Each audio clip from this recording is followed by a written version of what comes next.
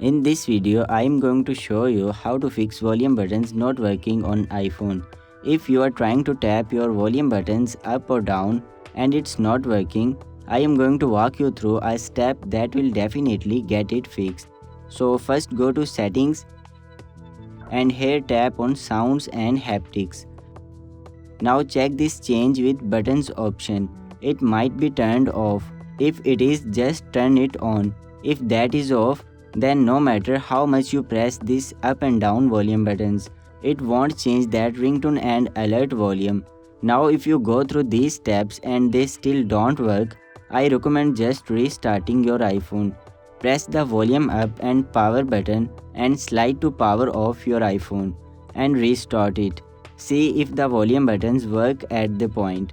If they still don't work, it might be a hardware issue where you need to go to Apple and ask them why are these buttons are not working. They might need to fix them or replace your iPhone. So this is how you can fix volume buttons not working on iPhone. I hope this video helps you out. If you found this video helpful, please leave a like on this video. Also subscribe to our channel. Thanks for watching.